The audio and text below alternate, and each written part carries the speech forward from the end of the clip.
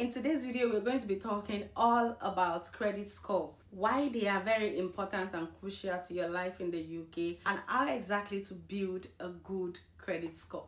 If you are new here, you're welcome. My name is Victoria. Thank you so much for being here. And if you're a returning subscriber, thank you so much, guys, for always coming back. I appreciate you. Please give this video a thumbs up, leave me comments below, and don't forget to share this video with somebody.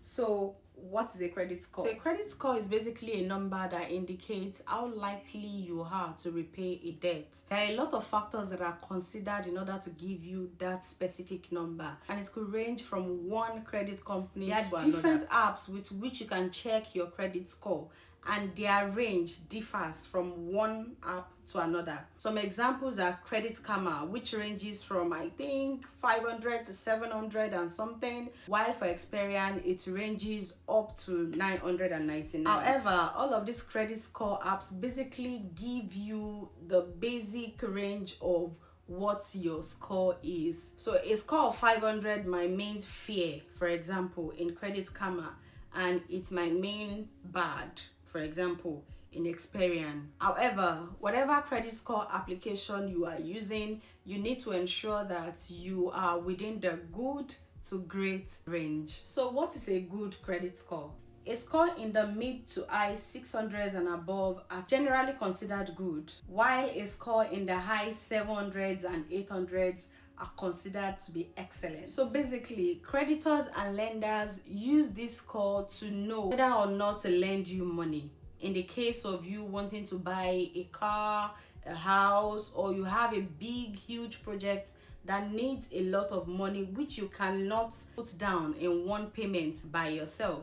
In that case, you will need a lender, and that is where your credit score comes in. So now that you know a bit about how important a credit score is, how do you boost, or how do you even check, or how do you even know what your own credit score is? Now, you can check your credit score for free with credit reporting agencies such as Experian, Credit Karma, TransUnion, Equifax, Check My File, and there are a whole lot of other CRAs that you can use. Many of them are free, while some of them might require you to pay for this service.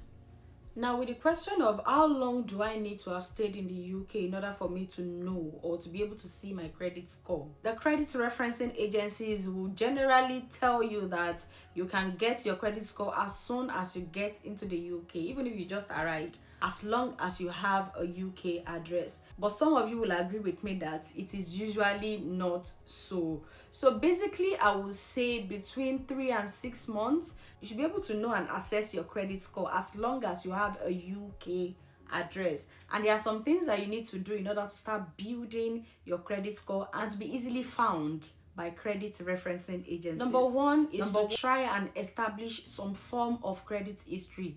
And how do you do this? I would say the easiest way is to try and set up direct debit for your utilities. You know, your bills, where you stay, maybe water bill, electricity bill, Wi-Fi bills. It's also recommended to get mobile contracts or subscriptions. Once you have established some form of credit, now it is time to try and boost your score. And here are some ways in which you can build your score fast.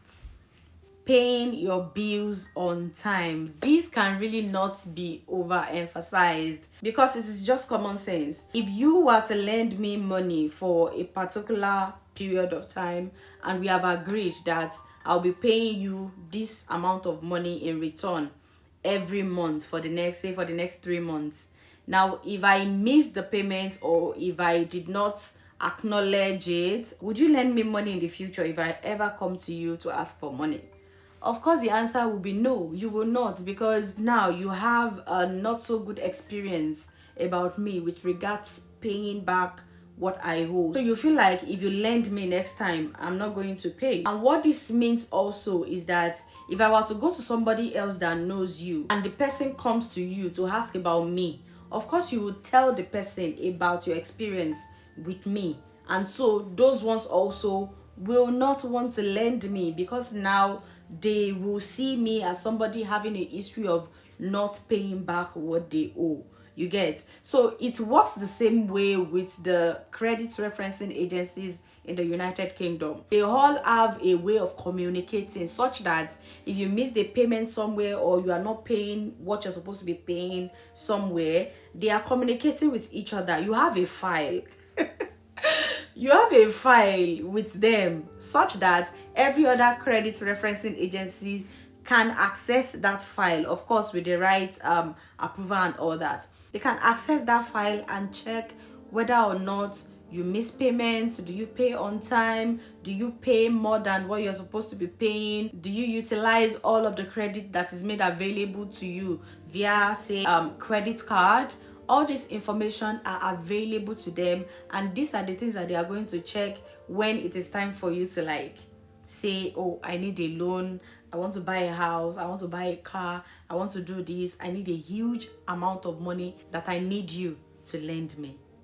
So as much as it is important to not miss payments and pay on time, it is also important to make sure that your credit utilization is very low. There's something in the UK that we call credit cards. So credit cards is basically a credit company giving you a certain amount of money in advance. So many major banks in the UK provide these services, and it can also be in the form of an overdraft which your bank can give you. So basically your bank can give you an overdraft of, say, £1,000. At the same time, they can also give you a credit card in which there is money inside for you to spend and then return back. So it's like a debt in advance, if I can call it that. So let's say they give you a credit card of £1,000.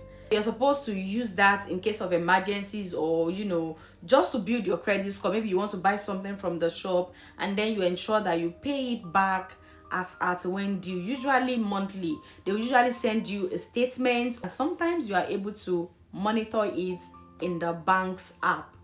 Any advance or credit that any bank or any credit company has given to you, you need to ensure that your utilization rate is not more than 30%. So what this means is that if you have an overdraft or a credit card worth £1,000, you should only use up to £300 at any point in time on that credit card. This is to show the credit referencing agencies that you are not solely depending on their credits. So when your credit utilization is low, then there's a higher chance that your credit score is going to increase. A good tip here, I would say, is to request a credit limit increase in order to improve your utilization without necessarily increasing your debt. The next thing that I want to talk about, which I've kind of mentioned, is requesting for a credit builder card. So there are some types of card that you can request for that they specifically help you to build your credit score. So basically for this type of cards, because you are either new in the UK or you don't have a strong credit history,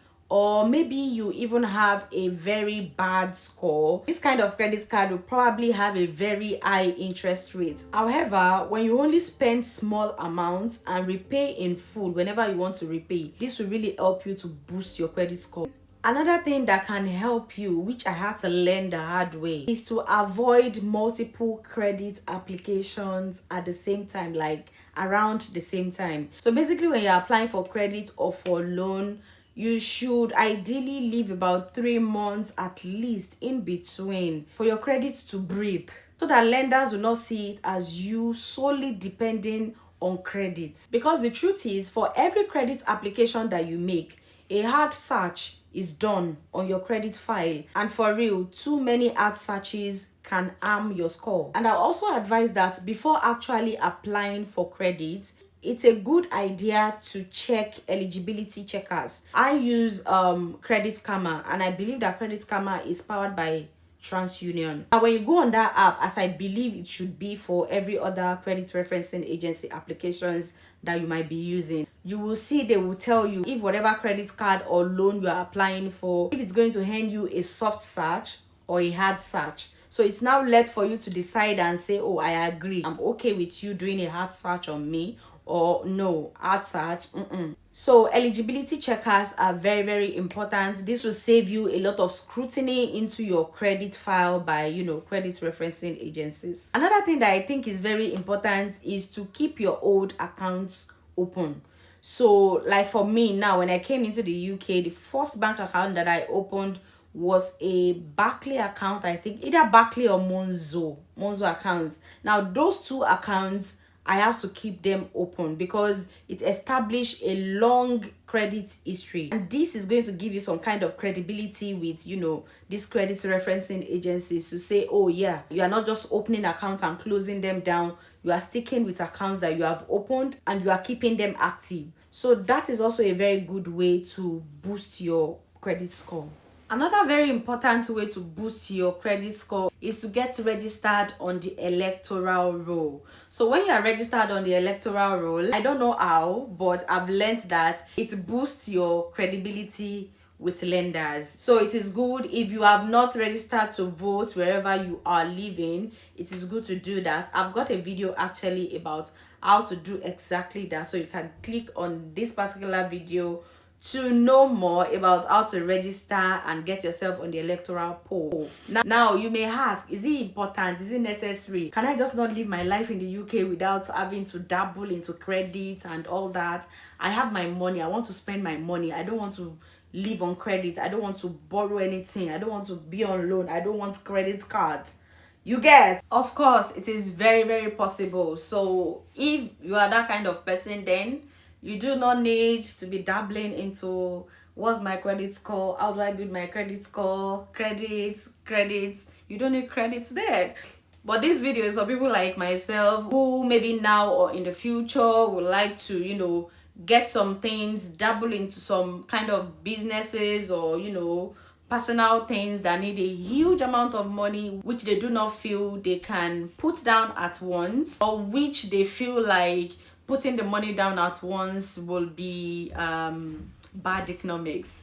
Anyway, I hope you guys found this video helpful. Please let me know your thoughts in the comment section, and if you have been in the UK for a while and you've been trying to build your credit score, please share with us in the comment section what are the things that you have done and how has those things helped you. Did I miss anything out at all with building your credit score in the UK? Please let me know. Share with us in the comment section. Don't be a stranger. Thank you so much guys for watching. If you enjoyed watching this video, I'm sure you enjoy watching this particular video also. We are talking about how to get on the electoral poll in the United Kingdom, especially as an immigrant, and these other videos showing on your screen. Thank you guys, and I'll see you in the next one.